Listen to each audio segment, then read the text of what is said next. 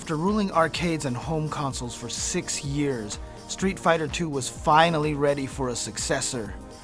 Given how popular and successful the series had been since 1991, expectations were understandably through the roof for Street Fighter III. And when it arrived, people didn't entirely know what to think. However, over time, the Street Fighter III series found its footing and forged its own legendary path. And in the 30th Anniversary Collection, you'll be able to experience this evolution firsthand.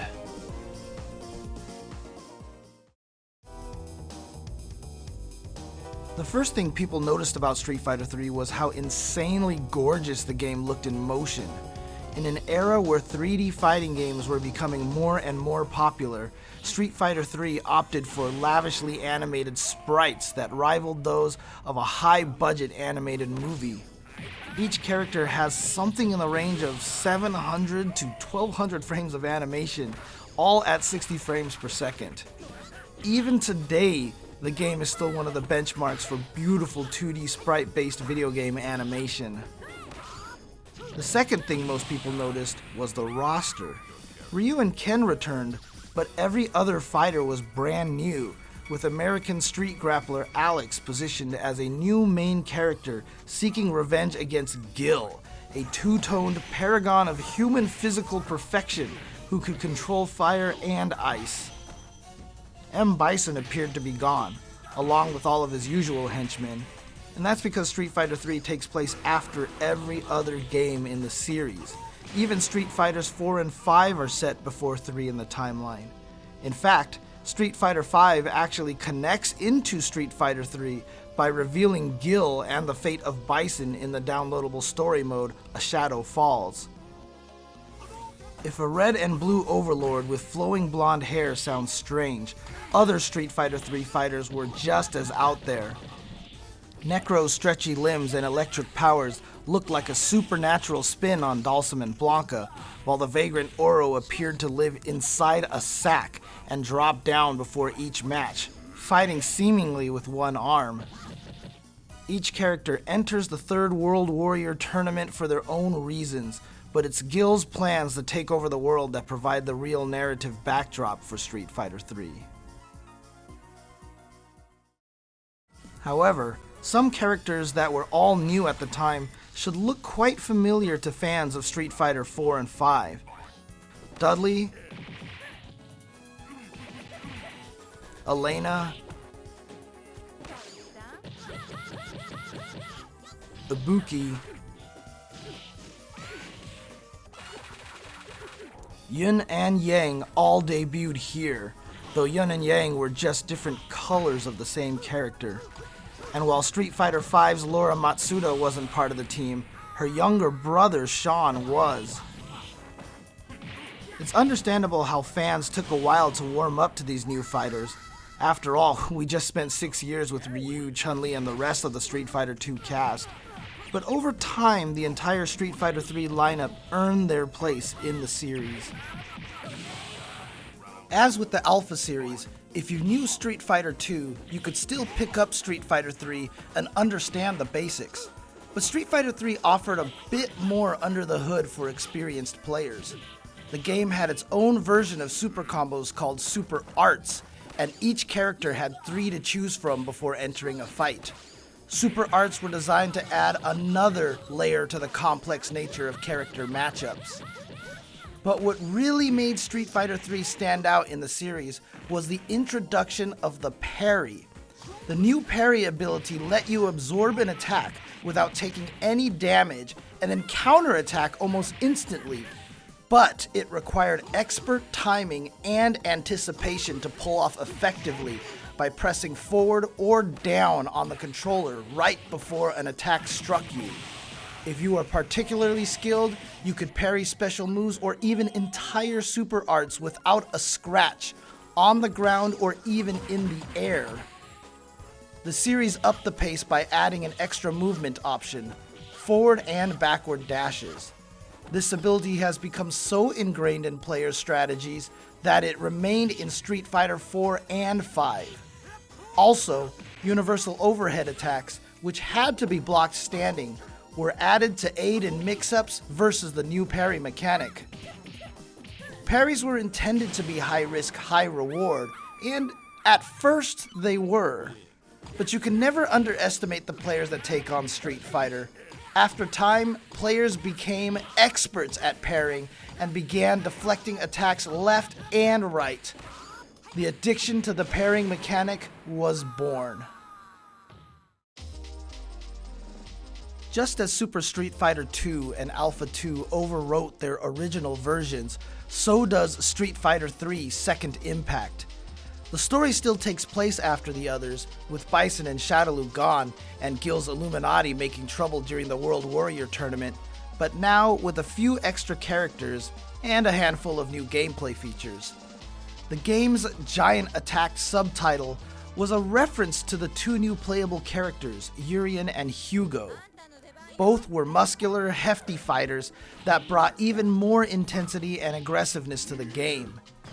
Eurion was actually Gil's brother, able to control metal and electricity, perhaps most famously via his super art, the Aegis Reflector. Hugo, a massive pro wrestler looking for the ultimate tag team partner, was the latest Final Fight character to join a Street Fighter game. Also, instead of being alternate colors of the same character like they were in the previous game, Yin and Yang were now given unique movesets and were officially made two different characters. Akuma returns yet again as a hidden fighter, though he'd be back on the roster soon enough. One interesting tidbit about Second Impact is that it actually featured a widescreen mode that arcade operators could toggle on if they had cabinets that supported this display option. But today, with widescreen TVs commonplace, this feature is easily replicated within the Anniversary Collection. Not to be outdone by the introduction of parries, Second Impact introduced another mechanic that would become a Street Fighter staple for years to come, the EX special move.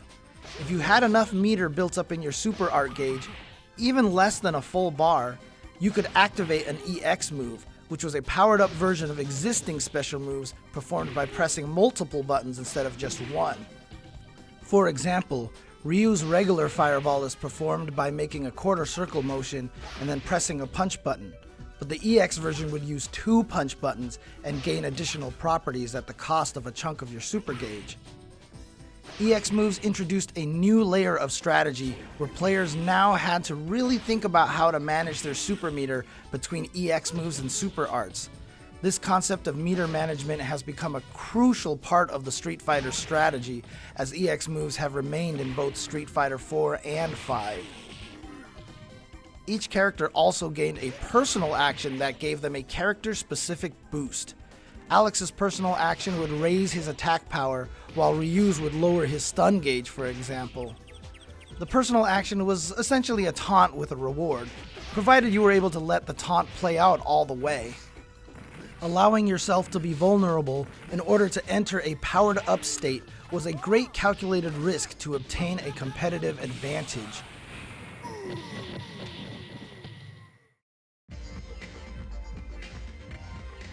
This brings us to Street Fighter 3 Third Strike, first released in 1999. Today, Third Strike is often held up as the pinnacle of 2D fighting games, one that demands the utmost skill and precision to play at a high level. Third Strike's originality, strategic play, and visual beauty define what an engaging fighting game should be. The Third Strike roster expanded to 19 fighters, including two popular characters from the Street Fighter 2 days, Chun-Li and Akuma. The famous car-crushing bonus game from Street Fighter 2 also returned, though now players were demolishing a giant SUV. 4 all-new characters made their debut in Third Strike. Makoto, a powerful Shotokan karate student.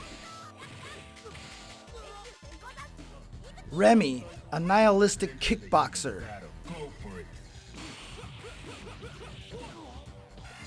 Q, a mysterious towering figure sporting a metal mask. And 12, the next stage in the ongoing experiment that also created Necro. As a shape-shifting blob, 12 may seem like Street Fighter 3 was doubling down on weird and wild character designs. But again, if the Street Fighter world can include characters like Blanca and Dalsim, is 12 really that far-fetched? Players were now given letter grades after matches, or granted a Master Street Fighter rank if you really overperformed. And you could choose between two different paths as you fought through arcade mode. Both are small changes that, in addition to the new UI design and new music, made Third Strike distinct from its predecessors. Third Strike did a lot to refine the control scheme of the 3 series. Personal actions were still performed by pressing heavy punch and heavy kick together, as they were in Second Impact, but now the 2 medium and light attack buttons were used for actions across the entire roster. Medium punch and medium kick now performed the overhead mechanic, and throws were changed to light punch and light kick at the same time. These days, you'd think throws were always performed with this command, as Street Fighter 4 and Street Fighter 5 both adapted this throw input as well. This change to how throws were performed helped eliminate accidental throws and refine the exciting up-close gameplay Third Strike later became known for. The main new feature added to Third Strike, however, was guard parries, also known as red parries. Outside of alpha counters in the Alpha series, you've never been able to perform an action while in guard stun, aka block stun. Red parries, however, now let you transition directly from block stun right into a parry, but the timing required was even more precise than that of a standard parry, which meant experts that pulled this off always wowed audiences. But it came at a price. To this day, Street Fighter 3 Third Strike is the only Street Fighter without absolute guard. If you started blocking a multi-hit move, you would normally automatically continue blocking if there were no gaps between the attacks. In Third Strike, however, if you ever let go of your guard at any point in time, you'll be struck even if you had already blocked a move beforehand. Due to many factors, including the parry and red parry mechanic, a technique known as Kara throws introduced by the new throw input, many character-specific combos, and tons of matchup-specific interactions, Third Strike really gained the reputation of being one of the most technical entries in the Street Fighter series, and is one of the reasons many experts still play it to this day. Though audiences were initially unsure about Street Fighter 3, over time it proved its staying power thanks to a passionate fan base that really supported the game. Fans discovered how deep and rewarding Third Strike really was, which led to some unforgettable tournament moments and, of course, the immortal Daigo parry from EVO 2004. Like Super Turbo, it's a game that its dedicated fans have never stopped playing. And even today, new players get pulled into the beautiful artwork, the catchy music, the intricate matchups, and the oh-so-satisfying allure of parrying your opponent and reversing a match's momentum in an instant. With 30th Anniversary Collection, expect a whole new generation of players to discover what makes Third Strike so beloved to this day. And it's also interesting to think about the game from a story perspective. As of right now, this is still the furthest down the Street Fighter timeline we've really seen in-game. Bison appears to truly be gone, but is Gil down for the count?